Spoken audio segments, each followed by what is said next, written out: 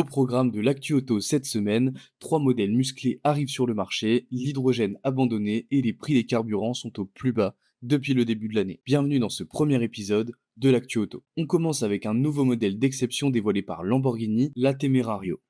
Remplacer la Huracan n'était pas une chose facile, c'était la Lamborghini la plus produite avant l'arrivée du Urus. Son moteur avait marqué les esprits et celui de sa remplaçante devrait en faire autant.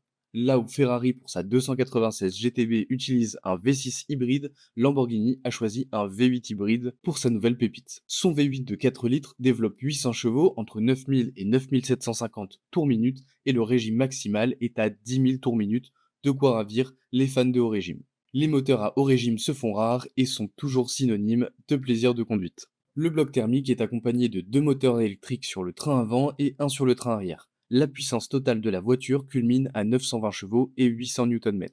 Côté performance, le 0 à 100 est effectué en 2,7 secondes et la vitesse max est de 343 km/h. Le point négatif est que malgré son hybridation, on ne sait pas encore si elle échappera au super malus français, car Lamborghini n'a pas encore communiqué les rejets de CO2 du véhicule. Que pensez-vous de cette nouvelle Lamborghini? Ensuite, les prix des carburants n'ont jamais été aussi bas depuis le début de l'année.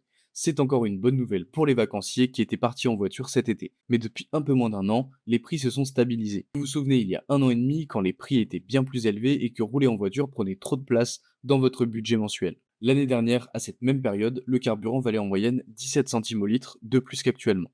2 raisons majeures expliquent cette baisse. Premièrement, le dollar a été dévalué par rapport à l'euro et deuxièmement, la production qui était l'année dernière limitée est aujourd'hui en augmentation.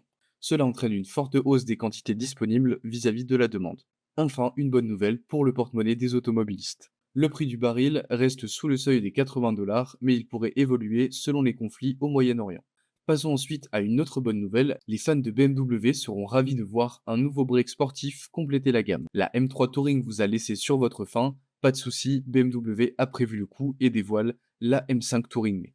Ce nouveau break sportif de la division Motorsport de BMW va à contre-courant du marché.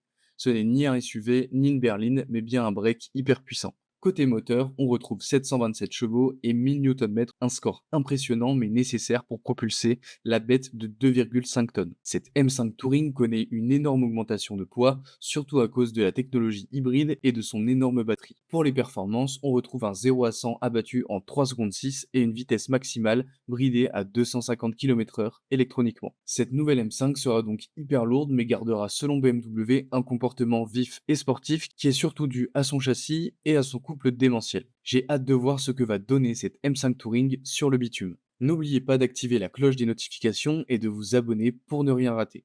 Du côté de l'électrique, il y a du nouveau. Oubliez la Rimac et ses performances délirantes et laissez place à sa nouvelle version, la Nevera R. Cette voiture devient la plus rapide du monde. Après son hypercar électrique, Rimac, qui avait largement surpassé toute la concurrence en termes de performance, a décidé de propulser son modèle phare au sommet des chronos. Rimac revient avec la Nevera R, version encore plus extrême et des performances toujours plus impressionnantes. Côté performance, l'hypercar électrique développe 2107 chevaux et les stats sont impressionnantes. Le 0 à 100 est abattu en 1,74 secondes, le 0 à 200 en 4,38 secondes et le 0 à 300 en 8,66 secondes. La Rimac Nevera R laisse sur place n'importe quel véhicule. Préparez-vous à sentir vos organes remonter à chaque accélération. Mais Rimac ne va pas bien. Matt Rimac, le fondateur de la marque, a avoué il y a quelques mois que ces véhicules avaient du mal à trouver preneur et que malgré les performances dingues de ces voitures, le marché n'était peut-être pas encore prêt pour des hypercars électriques. Nous verrons si cette nouvelle version de la Nevera pourra trouver son public. La stratégie de Rimac n'est pas mauvaise car ils vont exploser des records pour mettre en avant leur véhicule, mais à voir si cela suffit à relancer leur vente. Ensuite, l'hydrogène vert peine à trouver sa clientèle. La tendance du marché automobile actuel est très difficile.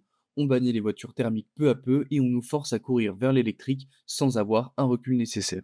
Mais dans ce marché, l'hydrogène ne trouve pas sa place. Les usines sont très chères et les clients quasi inexistants.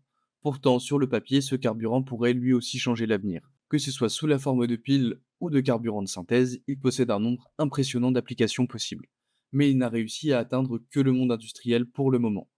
Malgré tous ces avantages, cette solution pour le grand public n'a pas dépassé le stade expérimental. La plupart des acteurs étant industriels, il y a peu de chances de nous retrouver un jour dans un marché automobile dominé par l'hydrogène, mais qui sait. C'est la fin des actus de la semaine, on se retrouve la semaine prochaine à la même heure.